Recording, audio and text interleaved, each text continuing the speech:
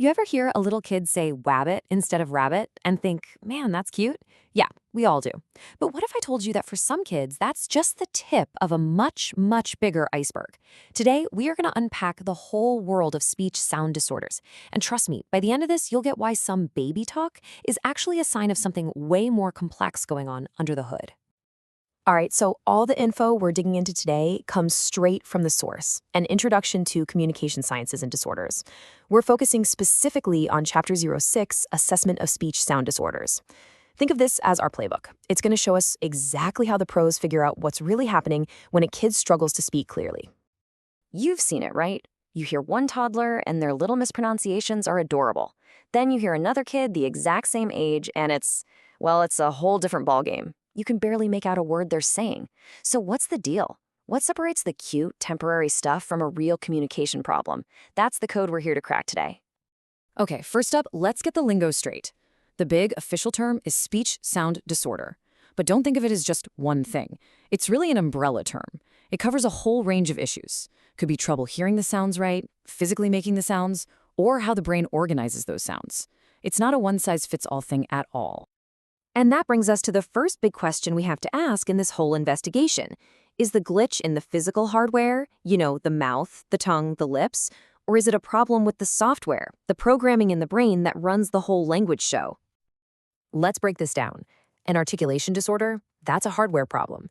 A classic lisp is the perfect example. The tongue is just physically in the wrong spot to make that s sound. Pretty straightforward. But a phonological disorder? Whoa, that's a software bug. The kid's mouth and tongue can totally make the sounds, no problem. The issue is their brain is running on a faulty set of rules, making them drop sounds or swap them out in ways that are predictable, but totally wrong. So you've got your two main suspects, the hardware and the software. But how in the world do the experts, the speech-language pathologists, or SLPs for short, actually figure out which one is the culprit?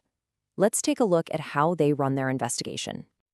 And this right here, this flowchart, it gives you a sense of just how deep they go. SLPs are basically speech detectives, for real. They're gathering clues from everywhere, talking to parents, teachers, the kid's doctor. They'll use standardized tests, yeah, but they also get the kid playing with puppets and games, anything to hear them talk naturally. They are not leaving a single stone unturned to get the full story. Now, check this out. This chart is like their developmental timeline. It shows you when most kids should have certain sounds down cold. You can see easy ones like p and m come in super early, but the really tricky ones, like a kid might not nail that until they're 7 or even 8.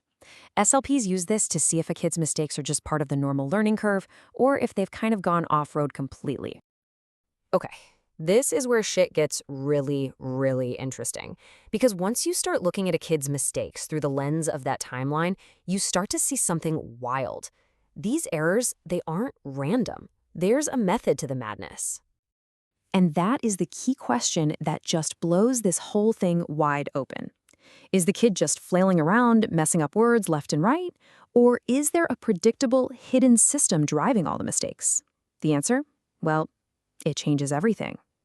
And here it is. It turns out a lot of these speech errors follow these predictable patterns called phonological processes.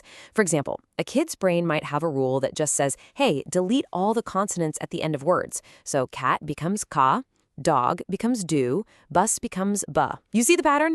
Another common one is simplifying consonant blends. So spoon becomes poon. These are those software bugs we talked about, and they can make a kid's speech incredibly hard to understand.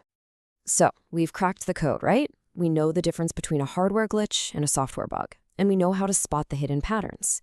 But now we get to the real million-dollar question. So what? Who cares? Why does any of this actually matter in the long run?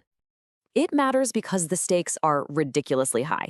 This quote right here from a major study says it all. Kids with these software bug-type disorders, especially if they don't get help, don't just have a hard time talking. They often fall behind in school, struggling with reading and spelling. But it's more than that. I mean, just imagine being a little kid who literally can't make people understand you. It's got to be so frustrating, so isolating. This isn't just about talking clearly. It's about confidence. It's about making friends. It's about their entire future. And that leaves us with this one last huge idea to chew on. A speech problem, especially one of these pattern-based ones, is often the very first red flag for a much bigger learning challenge down the road.